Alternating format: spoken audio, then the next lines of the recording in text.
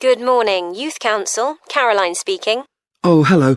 I'm interested in standing for election to the Youth Council, and I was told to give you a call. That's good. Could I have your name, please? Yes, it's Roger Brown. Thank you. I'm Caroline, the Youth Council Administrator. So, do you know much about what the council does, Roger? I've talked to Stephanie. I think she's the chair of the council. That's right. And she told me a lot about it. How it's a way for young people to discuss local issues, for example, and make suggestions to the town council. That's what made me interested. Fine. Well, let me take down some of your details. First of all, how old are you? You know the council is for young people aged from 13 to 18. I've just turned 18. And where do you live, Roger? Well, that's a bit complicated. At the moment, I'm looking for a flat to rent here, so I'm in a hostel from Monday to Friday. I go back to my parents' place at the weekend. OK, so where's the best place to send you some information about the council? Oh, to my parents' address, please. That's 17 Buckley Street, Buckleigh Street, Stamford, Lincolnshire. Though you don't really need the county.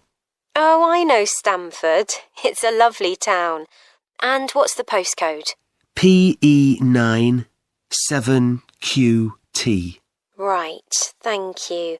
So are you working here or are you a student? I started studying at the university a couple of weeks ago, and I've got a part-time job for a few hours a week. What do you do? Well, I've done several different things. I've just finished a short-term contract as a courier, and now I'm working as a waiter in one of the big hotels. Uh-huh. That can't leave you much time for studying. Oh, it's not too bad. I managed to fit it all in. What are you studying? My ambition is to go into Parliament eventually, so my major subject is politics. That's partly why I think the Youth Council is important, and want to be a part of it. And I suppose you're also taking a minor subject, aren't you? I know a lot of people study economics too. I chose history. To be honest, I'm not finding it as interesting as I expected. OK, so with your studying and your part-time job, do you have time for any other interests or hobbies? Well, I spend quite a lot of time cycling, both around town to get to university and to work, and also long distance, from here to London, for instance. That's pretty impressive. Anything else? For relaxation, I'm also keen on the cinema. I used to go at least once a week, but I can't manage to go so often now. Right. Are you sure you'll have enough time for the Youth Council? Yes, I've worked out that I can afford to reduce my hours at work, and that will make the time. So is there any particular aspect of the Youth Council's work that appeals to you, Roger? Well, my sister is blind, so I'm particularly interested in working with disabled young people to try and improve the quality of their lives. That's great. Well, the best way to get involved is to be nominated by some people who you know. Right. Can you tell me how to set about organising that? You should talk to Jeffrey, our elections officer. I can arrange a meeting in the council office with him, if you like. Yes, please. He'll be here next Monday, if that suits you. That's the 14th, isn't it? Yes. I can manage late afternoon. Would you like to suggest a time? He generally leaves around 5:30. Well, would 4:30 be okay? My last class finishes at 4, so I'd have plenty of time to get to your office. Right, that's fine. Oh, and could I have a phone number we can contact you on? Yes, my mobile number's 07788 136711. Thank you. Well, we'll look forward to seeing you next week. Thanks very much. Goodbye. Bye.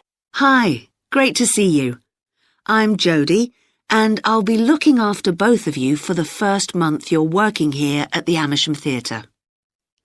I'll tell you something about the theatre now, then take you to meet two of the other staff. It's an old building, and it's been modernised several times. In fact, as you can see, we're carrying out a major refurbishment at the moment. The interior has just been repainted, and we're about to start on the exterior of the building. That'll be a big job. The work's running over budget, so we've had to postpone installing an elevator. I hope you're happy running up and down stairs. When the theatre was built, people were generally slimmer and shorter than now, and the seats were very close together. We've replaced them with larger seats, with more legroom. This means fewer seats in total, but we've taken the opportunity to install seats that can easily be moved to create different acting spaces.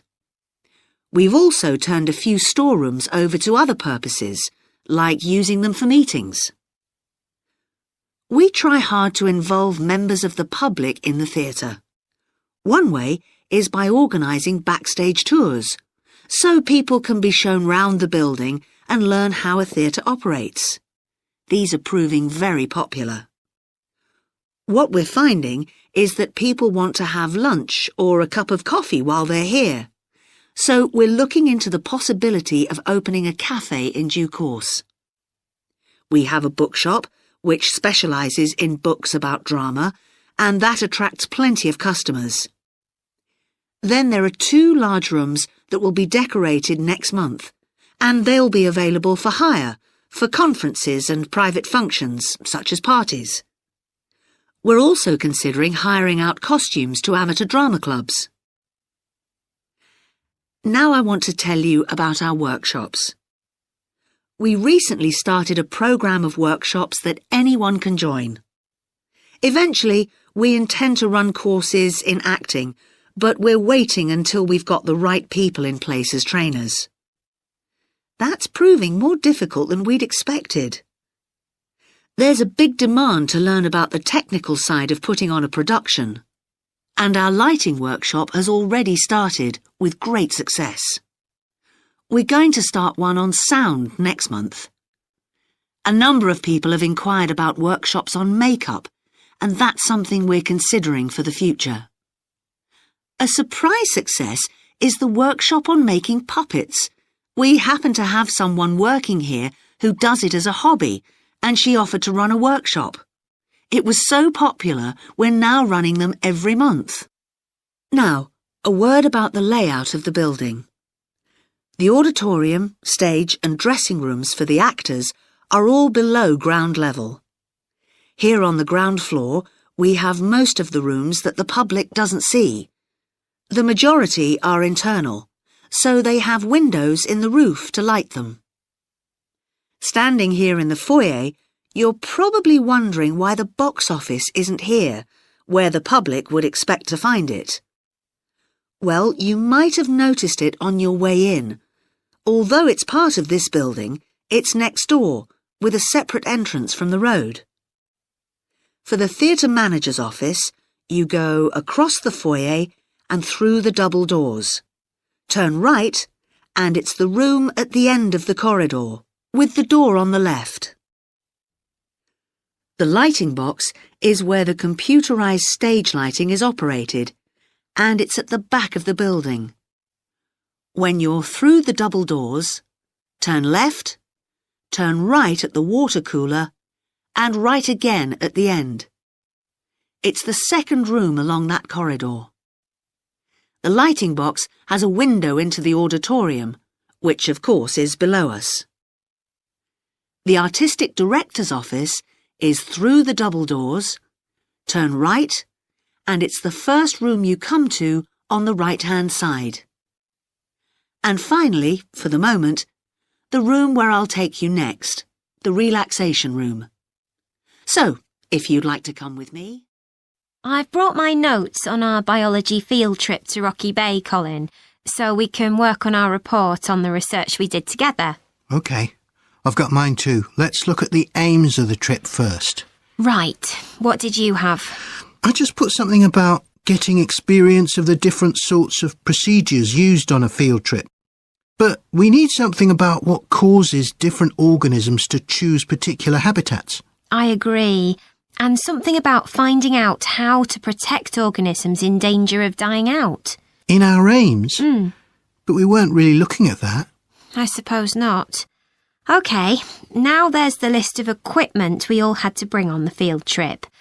What did they tell us to bring a ruler for? It was something about measuring the slope of the shore. But of course we didn't need it because we were measuring wind direction and we'd brought the compass for that. But not the piece of string to hold up in the air. Didn't Mr. Blake make a fuss about us leaving that behind? Yeah, he does go on. Anyway, it was easy to get one from another of the students. Now, the next section's the procedure. I sent you the draft of that. Yeah, it was clear, but I don't think we need all these details of what time we left and what time we got back and how we divided up the different research tasks. OK, I'll look at that again. Then we have to describe our method of investigation in detail. So let's begin with how we measured wave speed. I was surprised how straightforward that was. I'd expected us to have some sort of high-tech device, not just stand there and count the number of waves per minute.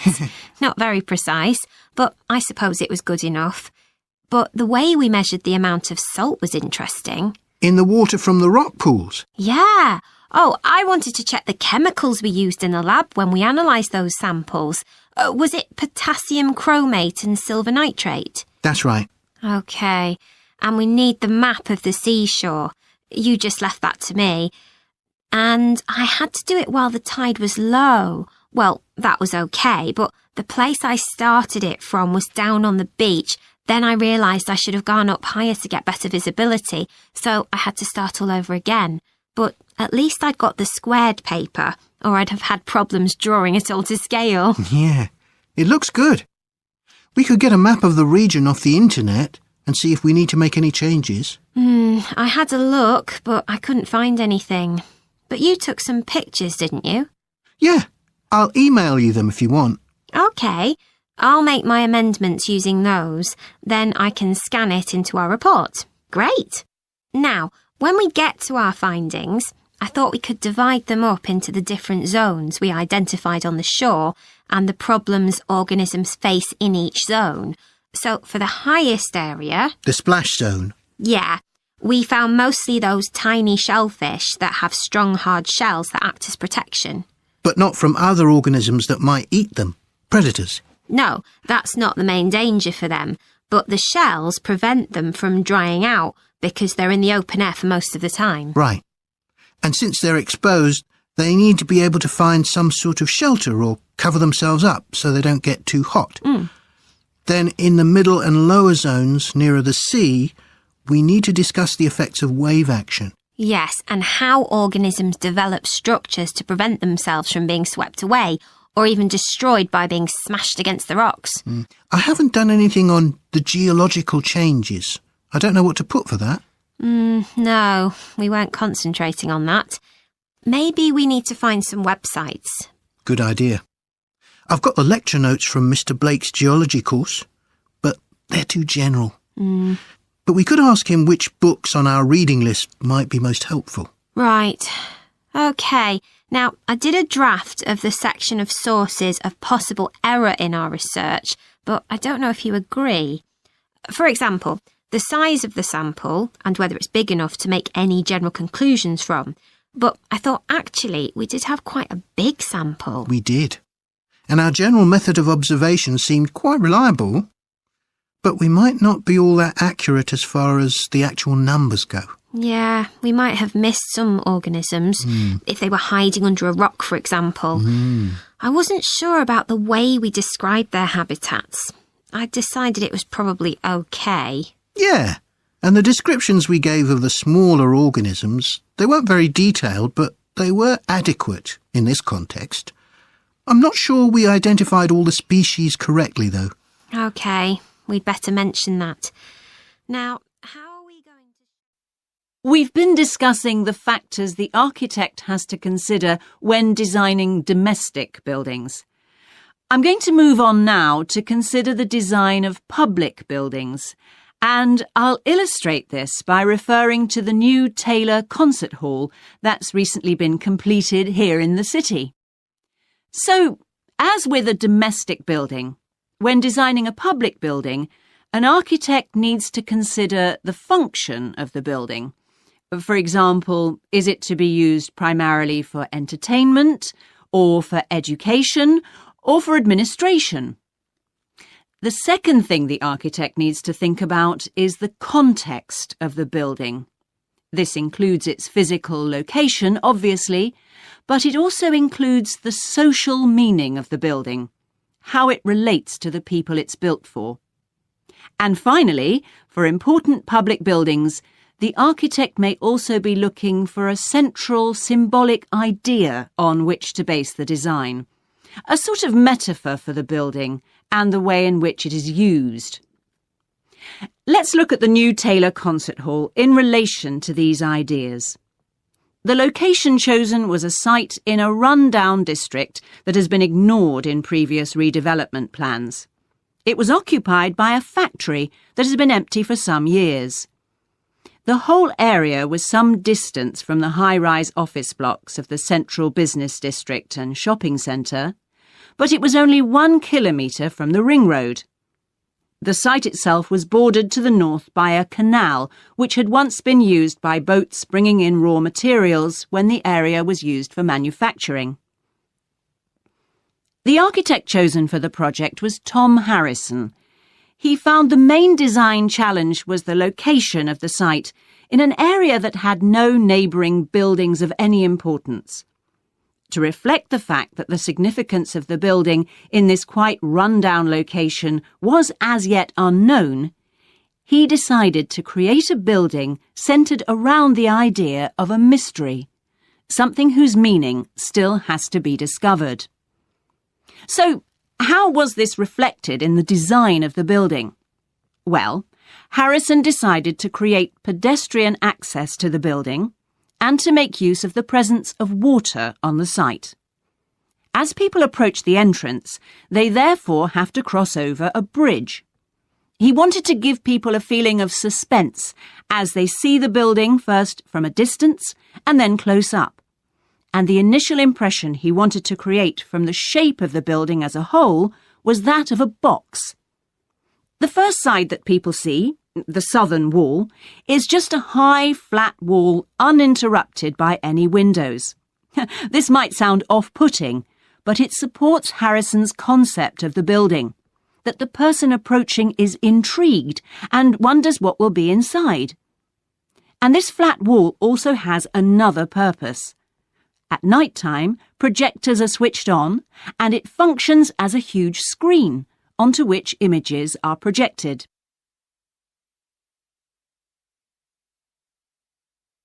The auditorium itself seats 1,500 people.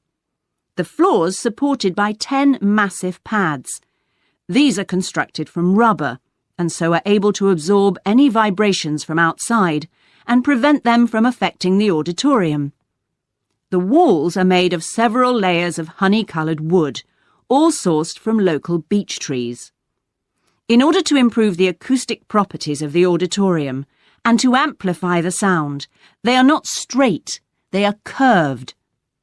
The acoustics are also adjustable according to the size of orchestra and the type of music being played. In order to achieve this, there are 9 movable panels in the ceiling above the orchestra, which are all individually motorised. And the walls also have curtains which can be opened or closed to change the acoustics. The reaction of the public to the new building has generally been positive. However, the evaluation of some critics has been less enthusiastic. In spite of Harrison's efforts to use local materials, they criticise the style of the design as being international rather than local, and say it doesn't reflect features of the landscape or society for which it is built.